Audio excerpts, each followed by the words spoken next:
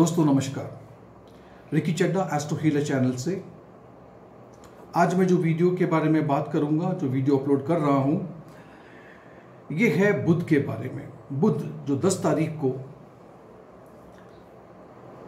बकरी हो रहे हैं और वो 13 तारीख को अस्त भी हो जाएंगे। हम सभी जानते हैं कि बुध का सीधा संपर्क हमारे कम्युनिकेशन से, संचार से है। ये एक ऐसे ग्रह हैं जिनका संबंध हमारे ट्रेड से, कॉमर्स से, अकाउंटिंग से, बैंकिंग से, इन चीज़ों से है। ये एक ऐसा समय हो सकता है जब आपको कुछ चैलेंजेस आपके सामने आए, खास करके रिलेशनशिप में। हो सकता है कोई व्यक्ति आपको धोखा दे दे, कोई आपके पीछे से आपके अगेंस्ट षड्यंत्र रचे। ये एक ऐसा समय भी हो सकता है जब आपका जो मूड है, आपका जो उसे हम कहते हैं मूड स्विंग होना, इरिटेशन होना, बात बात पे गुस्सा आना, चिड़चिड़ापन जिसे हम कहते हैं, और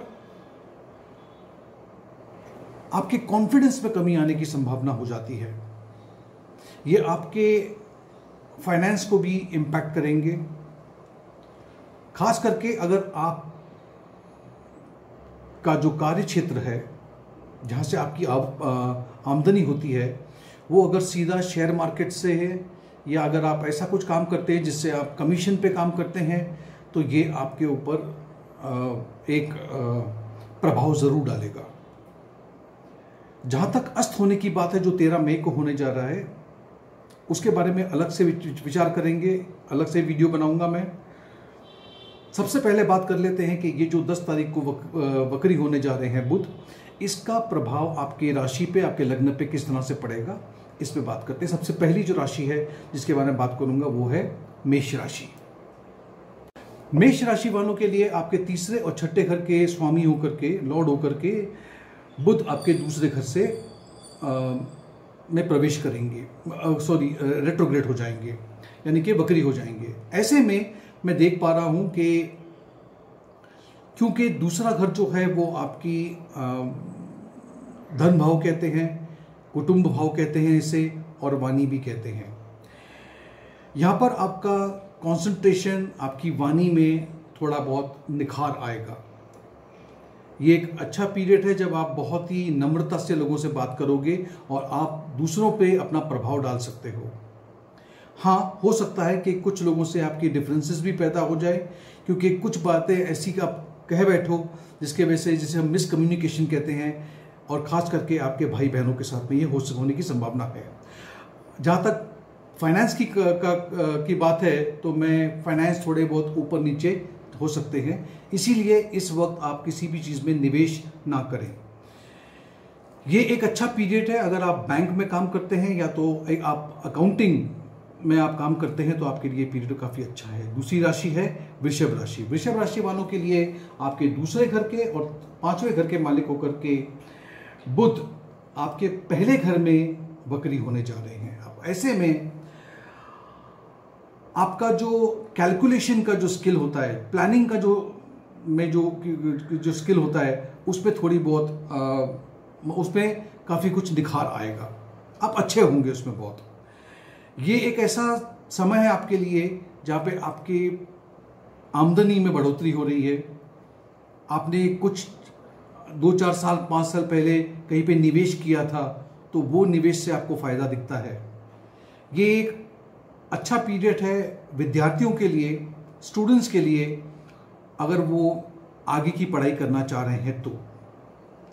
आपकी एनर्जी और आपकी बुद्धि का विस्तार देख रहा हूं, और क्योंकि आपकी बुद्धि ज़्यादा काम करेगी, ज़्यादा सोचोगे, बहुत फास्ट सोचोगे, इसीलिए कुछ लोगों को सरदर्द की भी शिकायत रह सकती है। हो सकता है कुछ लोगों को रात में नींद ना आने की शिकायत भी रहे। आपका वजन घट सकता है, तो जो लोगों का वजन बढ़ा हुआ है उनके लिए ये खुशखबरी है। अगली राशि है मिथुन। मिथुन वालों के लिए आपके लग्न के और आपके चौथे घर के दोनों ही केंद्र भाव होकर के 12वें घर में बुध का वक्री होना, ये थोड़ा आपकी सेहत को लेकर के परेशानी दे सकता है, खास करके नर्वस सिस्टम को लेकर के। और कुछ लोगों को वो कहते हैं अंग्रेजी में वर्टिगो की शिकायत है, तो वो हो सकता है। आपको भी नींद की समस्या आ सकती है। कुछ बीमारियां जो ठीक हो गई थी, हो सकता है फिर से थोड़ा वो आपको परेशान करे। इस वक्त आपके पास अगर जैसा आपका कोई फ़ोन है, टेलीविज़न है, लैपटॉप है, स्पीकर है, वो शायद मेरे ख्याल से ख़राब हो सकता है और उस पर खर्चा बढ़ सकता है। वैसे भी खर्चा आपका थोड़ा बड़ा रहेगा। कुछ लोग ऐसे भी हैं जो लोग अपने दिनचर्या से हट करके कहीं पे छुट्टियां मनाने के लिए, एक छोटी मोटी यात्रा करने के लिए भी जाएं। अगली राशि है कर्क। कर्क राशि वालों के लिए आपके 12वें घर के और आपके तीसरे घर के स्वामी होकर के बुध वक्री होने जा रहे हैं आपके 11वें घर में। अब पैसों को लेकर के और तो एक समय बहुत अच्छा है। यहाँ से जहाँ से आपने कभी उम्मीद भी नहीं की थी, उस जगह से भी पैसा आने की संभावना है। आप बहुत ज़्यादा खर्चा करोगे आपके कुछ चीज़ों को रिपेयर करने में, कुछ चीज़ों को रेनोवेट करने में। वो घर भी हो सकता है, वो गाड़ी भी हो सकती है, वो आपका लैपटॉप भी हो सकता है। आपको आपके दोस्तों, मित्र मंडली से और आपके बिजनेस के जो लोग हैं उनसे फ़ायदा नज़र आता है, उनसे आपकी कमाई अच्छी हो रही है। अगर आप विदेश की कुछ कंपनियों से आपकी कुछ डीलिंग होती है तो वहाँ से भी आपकी बिजनेस में बढ़ोतरी दिख रही है। ये एक बहुत अच्छा समय है। अगर आपके घर में कोई मतभेद चल रहे थे, खास करके भाई बहनों के साथ, तो वो आप उनको बैठ करके सुलझा सकते हो, उसका समाधान निकाल सकते हो। अगली राशि है सिंह राशि। सिंह राशि वालों के लिए आपके 11वें और आपके दूसरे घर के स्वामी होकर के बुध वक्री होने जा रहे हैं 10वें घर में। अब यहाँ पर ये एक अच्छा पीरियड है अगर आप किसी जगह पे निवेश करना चाह रहे हो, क्योंकि निवेश करने पे आपके पैसों में बढ़ोतरी होती नज़र आती है। लेकिन थोड़ा बहुत आपके मन में कुछ कन्फ्यूजन है, खास करके बिजनेस को लेकर के। आप तय नहीं कर पा रहे हो, प्लान नहीं कर पा रहे हो कि आपको क्या करना है। यहाँ पे आपको ध्यान देने की ज़रूरत है। आपको अगर आपके बिजनेस में कोई पार्टनर है तो उस पर ज़रा ध्यान रखिएगा, क्योंकि हो सकता है पार्टनर से धोखा मिलने की संभावना है। आपके घर की बात करूं, घर के सुख शांति की बात करूं, तो वो थोड़ा बहुत मिसअंडरस्टैंडिंग की वजह से आपके परिवार के कुछ सदस्यों के साथ में आपके मतभेद हो सकते हैं। हो सकता है कि आप खास करके अपनी गाड़ी को लेकर के, पुरानी गाड़ी बेच करके नई गाड़ी लेने का सोच सकते हो, या गाड़ी को रेनोवेट करके सोच सकते हो। उसी तरह से हो सकता है कि बाकी घर के अंदर जो सामान है, जैसे कि फ्रिज है, टेलीविज़न है, म्यूज़िक सिस्टम है, इसमें भी हो सकता है कि पुराना बेच करके नया आप खरीदने का विचार कर सकते हो। अब बात करते हैं कन्या राशि की। कन्या राशि वालों के लिए आपके 10वें घर के और आपके पहले घर के लग्न के स्वामी आपके भाग्य स्थान में 9वें घर में वक्री होने जा रहे हैं। ऐसे में ये थोड़ा सा समय डिफ़िकल्ट रहेगा, परेशानी दे सकता है, क्योंकि बुध का 9वें घर में वक्री होना मतलब भाग्य पूरी तरह से साथ नहीं दे रहा है। अगर आप विद्यार्थी हो, पढ़ाई कर रहे हो, तो आपको आपका जो सब्जेक्ट है उसको याद रखने में थोड़ी परेशानी हो सकती है। हो सकता है आप घड़ी घड़ी दोबारा पढ़ करके आप उस चीज़ को भूल रहे हो। आपका रिलेशनशिप, आपका संबंध आपके बॉस के साथ में भी ठीक नहीं रहेगा। हो सकता है कि सीनियर के साथ, बॉस के साथ में भी आपकी कुछ मतभेद हो सकते हैं, और वो मतभेद आपके पिता के साथ या जिसे आप अपना पिता समान मानते हो उसके साथ में भी मतभेद होने की संभावना है।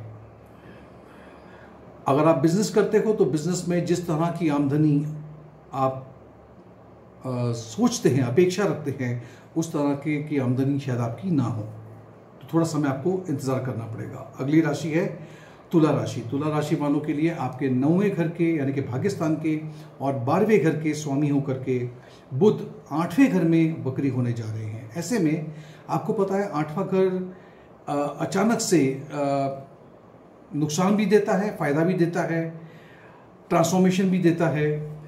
ऐसे में आप देखोगे कि पैसों को लेकर के ये पीरियड आपके लिए कुछ खास इतना अच्छा नहीं है। अगर आप खास करके स्टॉक मार्केट में निवेश करते हैं, काम करते हैं या उसमें पैसा लगाते हैं, तो आपको नसीब आपका साथ नहीं दे रहा, तो वहाँ पे पैसा लगाने की सोचो भी मत। सेहत को लेकर के भी आपको थोड़ी बहुत एंजाइटी, स्ट्रेस, डिप्रेशन, एलर्जी ये होने की संभावना है। कुछ लोग मैं सबकी बात नहीं करता हूँ, कुछ लोग ऐसा भी हो सकता है कि जिनकी समस्या इतनी बढ़ सकती है कि हॉस्पिटलाइजेशन भी पॉसिबल है। ये एक ऐसा पीरियड है जो विद्यार्थियों के लिए, जो ऐसी पढ़ाई कर रहे हैं जिसमें बहुत गहराई में उतर करके देखने सके, रिसर्च, पीएचडी, साइकोलॉजी, अगर ये करते हैं आप, तो आपके लिए ये पीरियड काफ़ी अच्छा है। अगली राशि है वृश्चिक। वृश्चिक वालों के लिए आपके 8वें और 11वें घर के स्वामी होकर के 7वें घर में बुध वक्री होने जा रहे हैं। ऐसे में ये पीरियड थोड़ा बहुत उतार चढ़ाव, अप्स एंड डाउन्स दिखाएगा, खास करके रिलेशनशिप में और खास करके आपके जीवन साथी के साथ कुछ मिसअंडरस्टैंडिंग, कुछ कंफ्यूजन हो सकता है। ये एक ऐसा पीरियड है जो आपके जीवन साथी की सेहत को लेकर के भी अच्छा नहीं रहेगा। अगर आप सिंगल हो,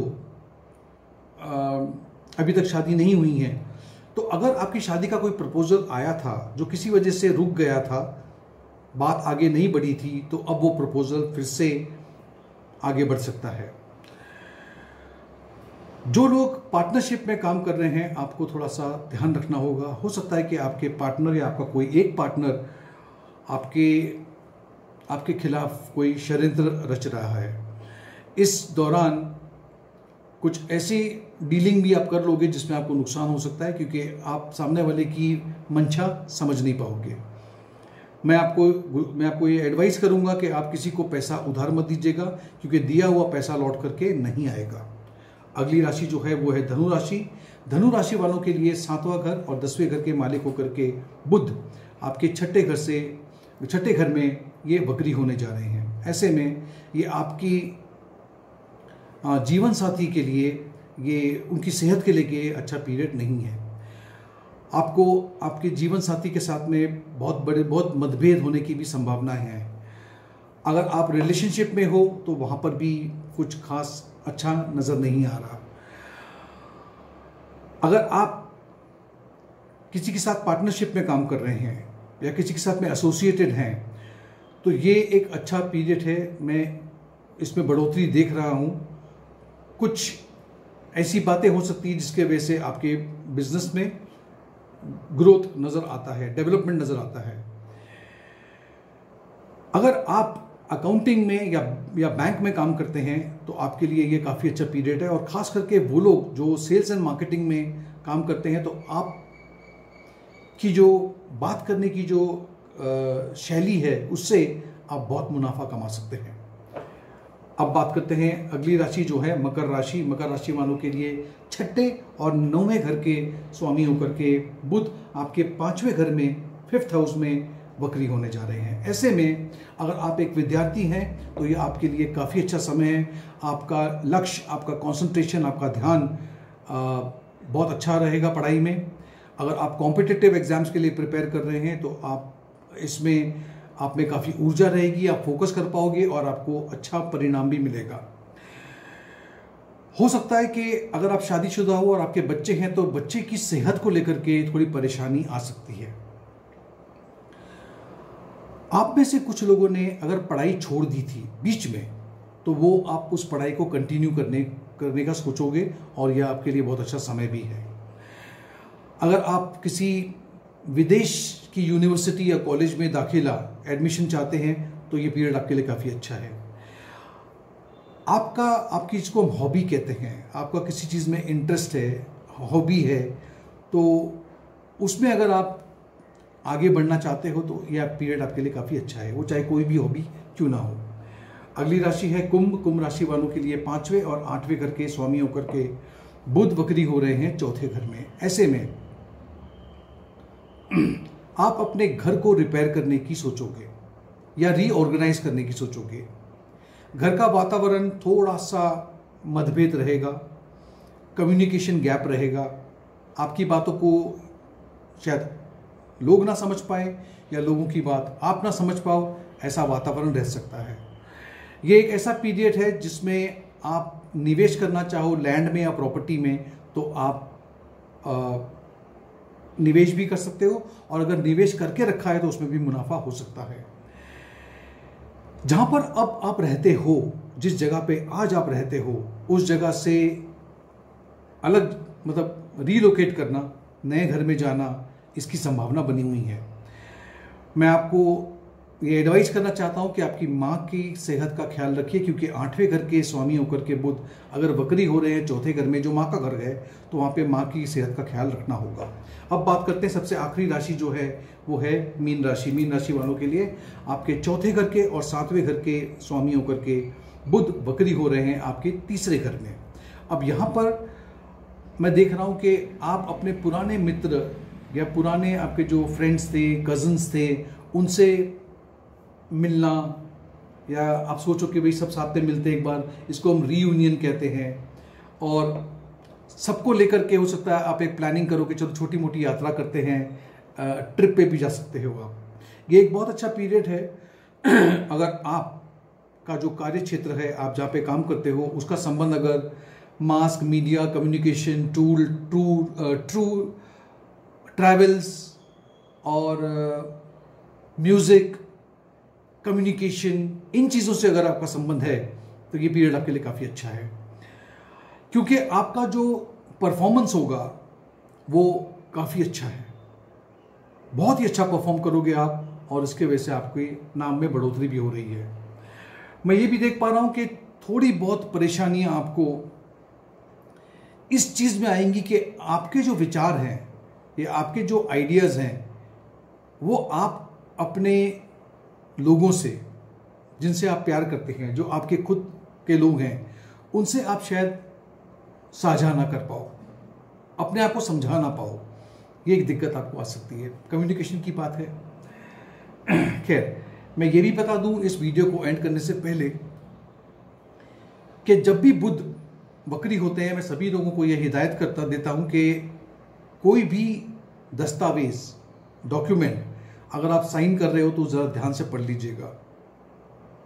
वहीं पर आपके घर में कोई भी गैजेट हो, यंत्र हो, जिसे हम लैपटॉप कह सकते हैं, म्यूजिक सिस्टम कह सकते हैं, रेफ्रिजरेटर कह सकते हैं, कोई भी चीज़ जो ऐसी चीज़ें हैं उसमें हो सकता है खराबी आ जाए और उस पर काफ़ी पैसा खर्च करना पड़े।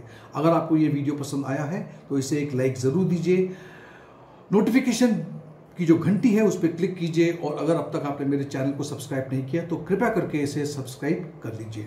बहुत बहुत धन्यवाद। Thank you.